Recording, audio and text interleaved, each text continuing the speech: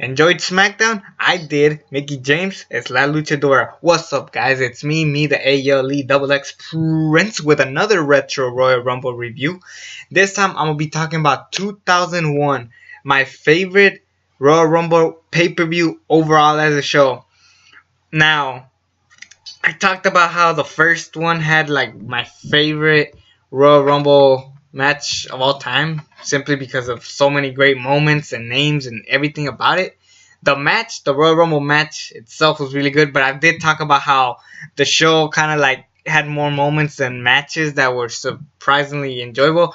This show, everything was great. Well, one match I did not like, but even that I could ignore because almost every match here is gold. Match of the year contenders all the way. Some actually are even called forgotten classics, I should say. Some great matches. Easily the last like legit pay-per-view Royal Rumble pay-per-view. This is my favorite Royal Rumble pay-per-view in general because it had everything you love about a Royal Rumble. A good Royal Rumble match, some good mid-card matches, and a good world title match to go with it. And this was like overall the most entertaining show I've ever seen. Almost one of the best shows. Granted, it was in the Attitude Era, but I mean Attitude Era all the way, you know. Let me just start off by saying that I'm gonna take off my glasses because I got a review. I even got everything, all my notes here and everything again, just like the previous one. Now in this one, we kick it off with Edge and Christian and the Dudley Boys. Excuse me, I'm going to fix the lighting and get to see my face, my beautiful face. But like I said, Edge and Christian took on the Dudleys.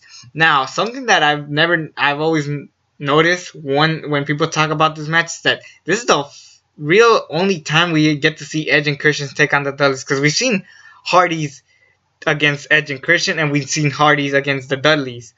We've never really got to see a tag team between Edge and Christian and the Dudleys, and I kind of wish we had more matches because this match was really good. A really great match.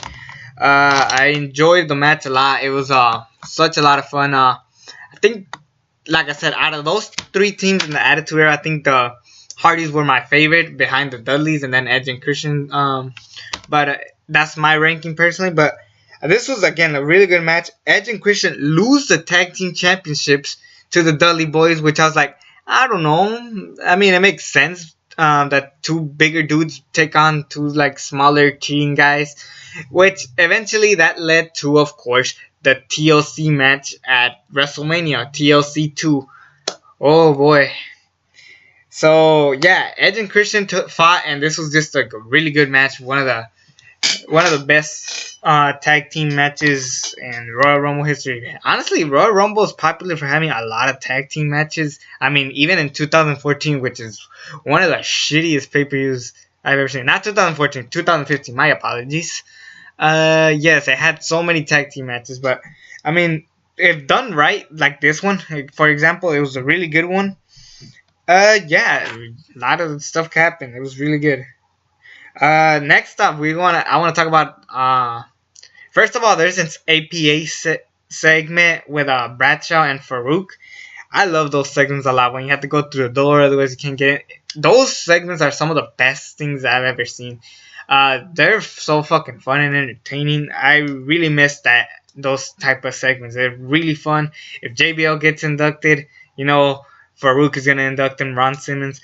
Damn, I mean, APA, I don't know. I like their like style of wrestling, and I like their characters. That's what made them so much fun, and I really enjoyed that segment. I like the other backstage segments with Drew Carey. Wow, what a fucking idiot! I'll talk about Drew Carey much later in the show, but next match I want to talk about: Chris Benoit versus Chris Jericho. And guys, if it wasn't for the ladder match from WrestleMania 10, Shawn Michaels versus Razor Ramon, this would easily be my favorite ladder match of all time. This is my favorite match of this entire show. 5 stars all the way. Why? Because it gets better the more you think about it. First of all, these guys have amazing chemistry. Maybe this is their best match ever from each individual wrestlers.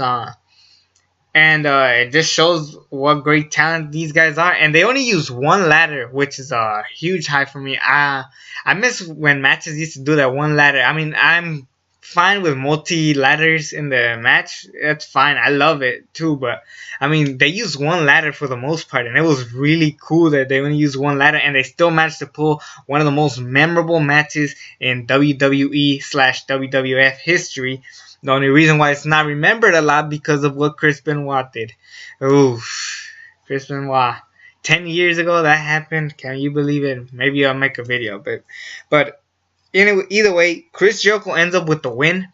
We didn't get a rematch, which is shocking. I don't believe we had a rematch for the match, but hell, if Chris Benoit and Chris Jericho did not have anything to do at WrestleMania, honestly, I would have put him there. But I mean, we did end up getting William Regal versus Chris Jericho, which is a fine match. It's not the best thing ever. And we end up getting Kurt Angle versus Chris Benoit, which is a really good match. One of the more talked about matches out there. But yeah, I think overall, I think that was great for them. This was a fantastic match. I really loved the match a lot. Again, 5 stars, no doubt. Next up, we talk about Ivory versus China. This was super botchy, and eventually Ivory wins, so I really didn't care. It was kind of this. Nah. I actually defended the one at WrestleMania because at least China won. This one, Ivory wins, and I don't like Ivory, so I care less about this match. Next up, I gotta talk about this match. Speaking of Kurt Angle, yay, Kurt Angle beat people. Yes. Kurt Angle, as we all know, is in the Hall of Fame. It's going to be happening at this point. But in this show, he comes in as the WWF champion, taking on Triple H. A feud that was really, really like, And I was like kind of bummed out that we didn't get this at WrestleMania. There's so many things that we didn't get at WrestleMania 17. But we still end up getting other stuff at WrestleMania 17 that still made me love Mania 17 as much as I did. Which, if I ever talk about WrestleMania 17, I'm pretty sure it's going to be like a lot of talking about. Let me just talk about Kurt Angle versus Triple H. First of all, like I said, the feud is like phenomenal. One of the best feuds I've ever seen in the Attitude ever done. Triple H and Kurt Angle just beating the fucking shit out of each other. They used Stephanie and Trish Stratus against each other, which is smart because at the time Vince McMahon was having an affair with Trish Stratus and Stephanie wasn't enjoying it. I love it. It was a really good way to do it. If they had like straight up no DQ, like everything goes, I'm pretty sure these guys could have had a 5-star classic. Pretty sure, hands down, 5-star or like 4.5 at least. It was just a really, really good match. I really enjoyed it. I really recommend you guys go see it. It's a very underrated match. No one talks about this match a lot. But now let's talk about the Royal Rumble. At the time, this was my favorite Royal Rumble of all time. It was a really good show. I mean, really good match, I should say. This at the time was my favorite Royal Rumble. But after watching 1992 Royal Rumble, I think, I don't know, that one had like more stuff that I enjoyed as far as a match and a moment, spectacle. This was just brutally and just enjoyable, and it's more characters that I like as far as people that I grew up with. I mean, you got Al Snow, Perry Saturn, Steve Blackman, Grandmaster Sexay, Scotty 2 Hotty, Rikishi, Too Cool. I love that team. One of the most underrated factions out there. Bradshaw, Farouk, which I talked about. And first of all, we kick off with Jeff Hardy and Bull by Canyon. I don't know who Bull by Canyon is. I don't remember that guy, but he got eliminated fast, which eventually led to Matt Hardy coming in at number 3. And for a while, these guys were fighting for a while, maybe teasing a future match in the future, which, I mean, at this point, the best match that these two guys have ever had was the Final Deletion. But the fact that we had Jeff Hardy and Matt Hardy fighting in the Royal Rumble was really fucking cool. Farouk was there. Didn't do much. Drew Carey, I believe he eliminated the Hardys. Pretty sure that's what happened, which is fucking lame. Drew Carey, I mean, first of all, this guy has no idea what the hell wrestling is, and it was just like kind of dumb. And that they put him in the Hall of Fame, it was just I don't know. Every time we think of Drew Carey, we think of this crap that he did here and how this like maybe this is the only reason why this isn't the number one Royal Rumble of all time, because if this Drew Carey fucker was never in the match, I'm pretty sure I would have given this match 5 stars as well. But the best part of the entire Royal Rumble match was Kane. Kane came in like a boss. First of all, the only funny thing I'll give credit Drew Carey was giving Kane the dollar, which is funny. Eventually, Drew Carey eliminated himself, which led to Raven, another one that I enjoy a lot. Raven came in, one of my favorites, one of the most underrated wrestlers I've ever seen as far as WWF goes. I mean, he was awesome in ECW. Let's get that shit straight. But Kane was a highlight. We all know the story. He eliminated the most men in Royal Rumble history besides, until Roman Reigns beat that record. But at the time, it was like the most historical thing ever. Kane eliminating 11 guys in one single Royal Rumble match. And he was the runner-up to even win the Royal Rumble, which I'm like, can he win it? Can he not win it? I mean, it was just great. A lot of great action. The Honky Tonk Man was in this match. I still remember this part where Kane just grabs Honky Tonk's guitar, just breaks it over here. Like, again, we had some mini feuds on the side, like Raven and Al Snow. Perry Saturn was in the mix with Steve Blackman. The Rock, who, won the previous year, I believe. Maybe he could have won this year. Undertaker and Kane had some brawl here and there, which is awesome.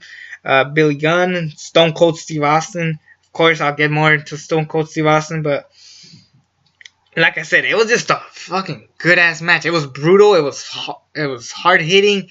I hate when Royal Rumbles lead to I hate when Royal Rumbles people get out of the ring, get weapons, and then fight with. They did do that in this Royal Rumble, but not as much as we do get it right usually.